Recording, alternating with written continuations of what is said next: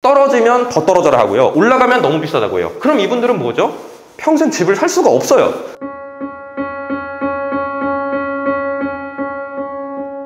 이 무주택자들은 어떻죠? 내가 집을 안 갖고 있어요. 자, 내가 집이 없어요. 투자용 집도 없어요. 투자집도 없어요. 자, 이런 분들이에요. 자, 이런 분들은 뭘 희망하냐면요, 내가 집을 안 갖고 있잖아요. 근데 집을 갖고 있는 사람들이 가격이 올라가요. 그럼 어떻죠? 배가 아파요. 또는 내가 집 사야 되는데 이런 생각을 해요. 그래서 이 무주택자분들은 어떠냐면요, 지금 집값이 최근에 올랐잖아요. 사실 25년도 상반기 그리고 여름, 가을 계속 집값이 점진적으로 상승을 했어요. 자, 이런 상황 속에서 이 무주택자들은 어떻죠? 내가 안 샀는데 지금 집값이 올라가네?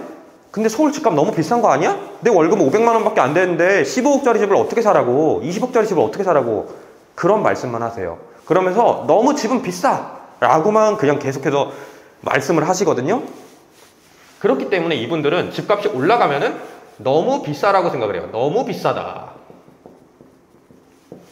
그리고 나서 이 너무 비싸다라고 하면서 논리를 막 펴요. 아까 저한테는 월급 대비로 하고요. 그 다음에 또 무슨 논리를 피냐면요, 이제 너무 비싸기 때문에 이건 떨어져야 된다고 생각해요. 자, 너무 비싸다는 말은 떨어진다, 떨어져야 된다, 정확히 말하면 요 심리를 가지고 있는데요. 자, 그럼 떨어지는 근거로 이분들은 막 갖다 붙여요. 사실 말은 여러분들 다 갖다 붙이기거든요. 뭘 갖다 붙이냐면, 자, 대출 이제 줄인데 너네 이제 큰일 났어. 야, 환율 봐라, IMF 터진대. 이제 집 안 오를 거야. 자, 세금 이제 올린대. 아유, 집 사는 애들 이제 망해라. 공공임대주택한데, 야, 이제 집을 정부에서 그냥 임대를 해주는데 왜 집을 갖고 있는 거야? 너네 바보 아니야? 이런 논리를 피세요. 그런데 여러분들, 이 말이요, 틀리다는 게 아니에요. 맞을 수도 있어요. 어떤 거는 실제로 대출 때문에 가격이 떨어질 수도 있고요, 세금이 올라가서 가격에 문제가 생길 수 있습니다. 근데 여러분들 이 무주택자들의 문제는 뭐냐면요, 무지성으로 이런 소리를 하는 거예요. 이게 왜 무지성이냐고 제가 말씀드리냐면은, 자, 여러분들 볼게요. 지금 집값이 올라가서 너무 비싸니까 떨어져야 된다라고 했습니다. 자, 여러분들 22년도 이때 주택시장이 다 떨어졌어요. 반포에 있는 아파트도 떨어졌습니다. 쉽게 말해서 가격이 하락하고 있는데, 이때 무주택자들은 뭐라고 했는지 아세요? 야, 이제야 떨어지네. 역시 집값 1억 가자. 자, 10억짜리 집을 뭐 1억, 2억, 5억 말도 안 되는 가격으로 그냥 해요. 그러니까 한마디로 가격이 여기인데 내가 기다리는 가격이 여긴 거예요. 여러분들 생각을 해보세요. 과거에 이게 집값이 얼마나 올랐고 얼마나 떨어지고 이런 것들을 보다 보면, 물론 그대로 다 된다는 건 아니지만 그래도 어느 정도의 하락폭이 있고, 진짜 집을 살 마음 있는 사람은 어떻게 하는지 아세요? 자, 10억짜리 집이 7억이 돼서 한 30% 정도 빠지면 내가 매수를 해야겠다, 이렇게 생각을 하고요.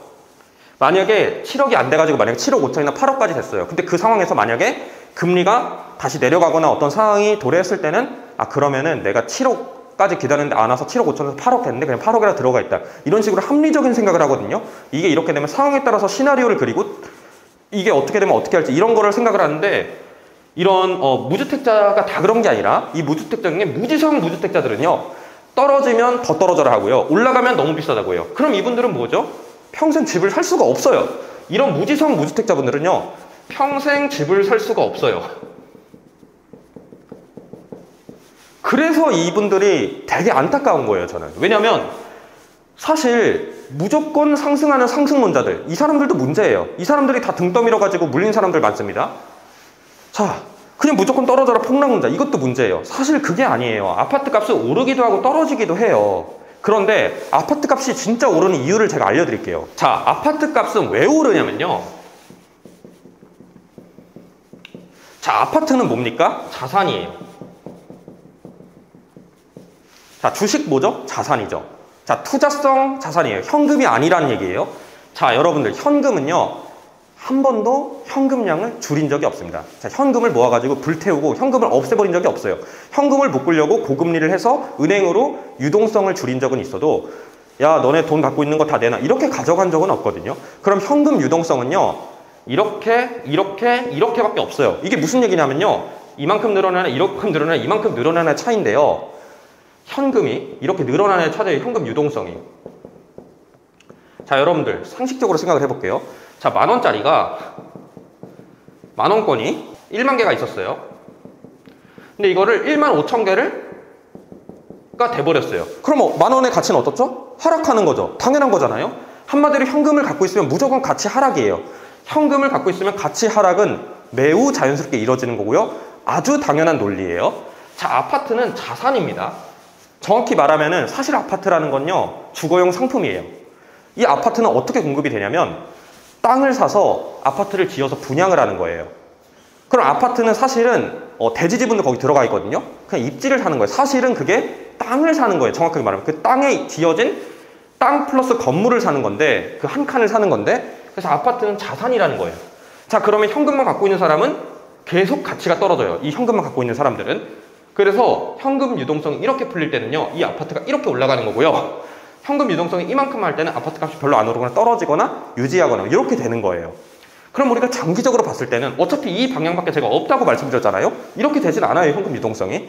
그러면 아파트뿐 아니라 사실은 건물, 아니면 뭐 상가, 아니면 뭐 주식 이런 것들도 점진적으로 계속 상승할 수밖에 없어요. 자, 그 이유가 또 뭐냐면요, 여러분들 물가만 생각을 해보세요. 여러분들 인건비 한번 생각해 보세요. 시급이 떨어진 적이 있나요?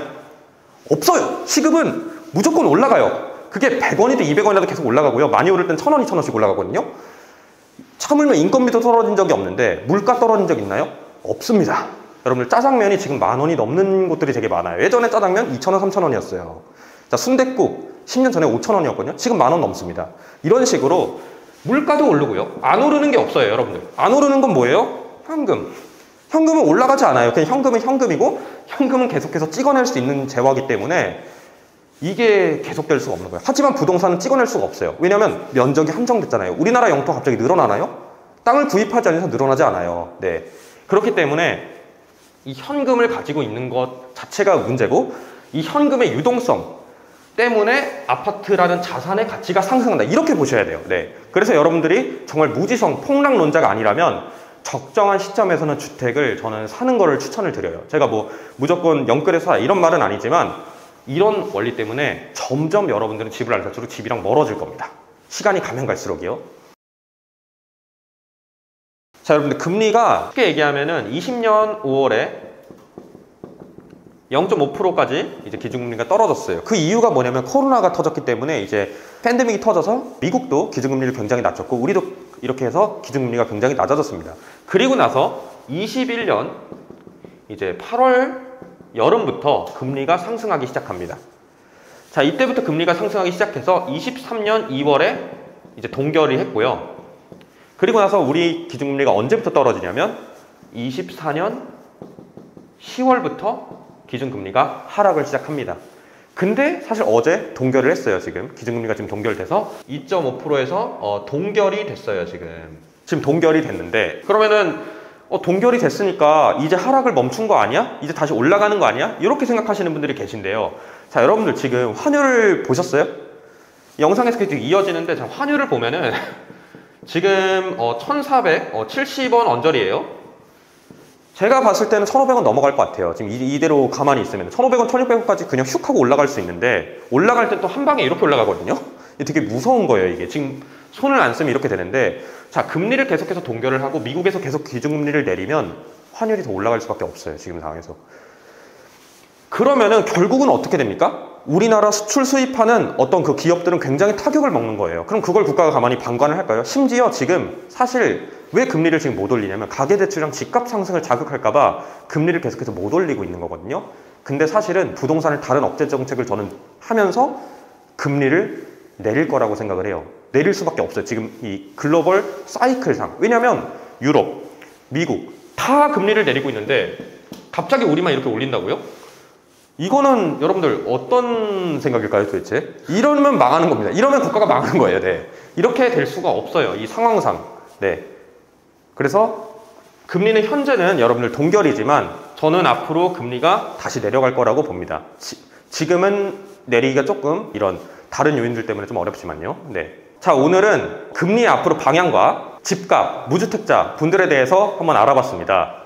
여러분들, 제가 무조건 집을 사라 이렇게 강요하는 것도 아니고요. 금리가 앞으로 1%나 0.5%가 된다는 것도 아닙니다. 하지만 여러분들이 이 영상을 토대로 금리가 점진적으로 하락할 가능성이 높구나, 아, 주택은 내가 언젠가 기회 되면 사야겠구나, 이런 생각을 가지고 영상을 한번 보셨다면 여러분들은 정말 많이 참고가 되셨을 거라고 생각합니다. 자, 오늘 영상은 여기서 마치겠습니다. 영상이 도움되셨다면 좋아요, 구독 부탁드리겠습니다. 다음에 더 좋은 영상으로 찾아뵙겠습니다. 감사합니다.